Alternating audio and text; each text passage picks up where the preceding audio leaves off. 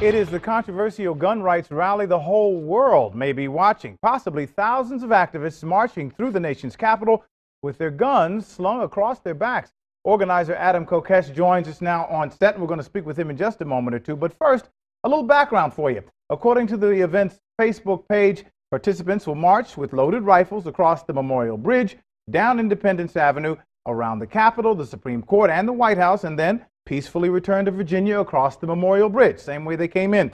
And our Facebook is bursting with comments, most of them against the planned march. Marco says, being allowed to walk around in public with a loaded weapon for any other purpose than that of law enforcement just seems like an open door for trouble.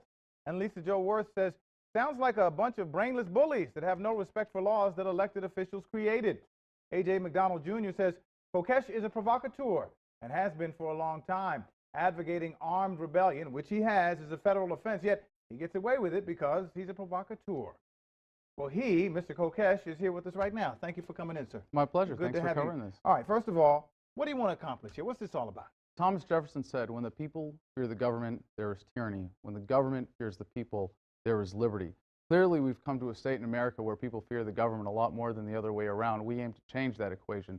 We also want to inspire people to do something meaningful with Independence Day, rather than sit on their butts, get fat watching fireworks and patting themselves on the back for what a great country this is, when it's more like that it used to be. But we'd also want to inspire people to assert their self-ownership and that they are free, beautiful, independent human beings, and that there are certain inalienable rights that go along with that. All right, let me ask you this. Why do you say that people fear the government? Where are you getting that?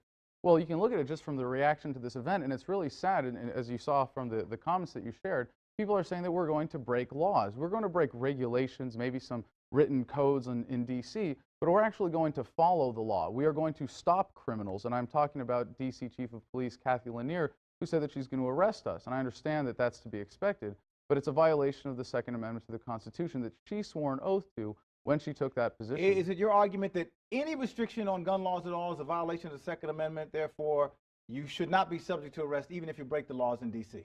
Well, I wish that any regulations or restrictions on an individual's right to defend themselves were accomplished peacefully through the market, through people interacting non-violently, not through government. But when you talk about the government regulation, there may be appropriate restrictions, but clearly the individual right in public to be armed is certainly being infringed upon, and it would be in line with the Second Amendment to assert that right. All right, let me read MPD's response to what you're saying. They say, we know this is being discussed as an issue of civil disobedience, but it is a crime under both district and federal law to cross state lines carrying a loaded gun. So, MPD and other law enforcement agencies in the district will respond as needed. If they want to transport the guns through the district in compliance with the U.S. and district laws, that's allowable. Well, these criminals have made it clear that they don't understand the law, they don't understand the Constitution, and they don't even understand the definition of civil disobedience. Like, what we are doing is going to deliberately break what we consider to be an unjust law in accordance with the highest law of the land. You will accept the arrest then. If you're going into civil disobedience, part of that is you accept the consequences of your actions. Absolutely. Arrest.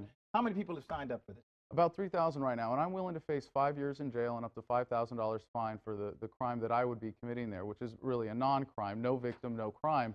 But we're asking now, in response to the chief's address of this, that we are calling for mass civil disobedience throughout the District of Columbia on Independence Day. There are tons of unjust laws, whether you believe in freedom of speech, freedom of expression, the freedom to defend yourself. There are lots of regulations that are passed and enforced every day in D.C. that are clear violations of your rights as an individual. Your take is the government's gotten too big, too many laws, too many restrictions, and we're not as free as we should be. And that's the point you're trying to make? Well, it's fundamentally immoral to, by force, impose your will on another human being, whether you have a fancy written law to justify it, a shiny badge, or a government gun. It doesn't justify imposing your will on someone else by force. We want to fight back against that. We want to mark the high tide, the high watermark of government. We want to turn the tide by inspiring people to assert their self-ownership. And we are going to stop the criminals in D.C. We are not the criminals. We are the law-abiding, peaceful people who want to stand up for what is righteous and just. They are the ones who have made it clear. Not only do they not understand the law, they have no respect for it whatsoever. If you want to talk about the Obama administration, we can talk about that for a minute, but I want to say that you're calling the duly elected representatives of the people criminals. Is that fair? Absolutely. Why? Because they break the law.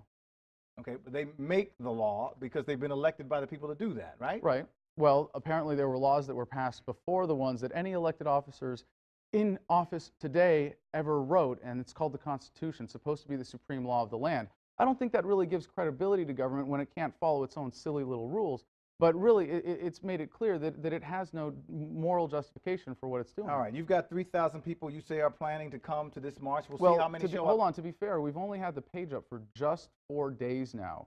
Just a few days it's been up, and we've already seen an incredibly positive and enthusiastic response. We've said that when we get to 10,000, we're going to commit to specific plans. If we do that by June 1st, we look very well on track to do that. Are you prepared to work with Metro District Police to make sure this stays peaceful and to deal with the effect of an arrest if it happens? Absolutely. No, we intend to fully coordinate with all law enforcement agencies in advance. And I hesitate to use the word, but it might be to the point of being choreographed. It's going to be that safe. But to be honest, I feel much safer knowing that I'm going to be surrounded by armed Americans who care about their rights than I would be in a dark alley in any city where guns are illegal. All right, fair enough. Mr. Kokesh, interesting. Going to be a fascinating summer. We will watch you. I hope people go to adamversustheman.com to find out more, and please to RSVP on the Facebook page as well. All right, thanks for joining.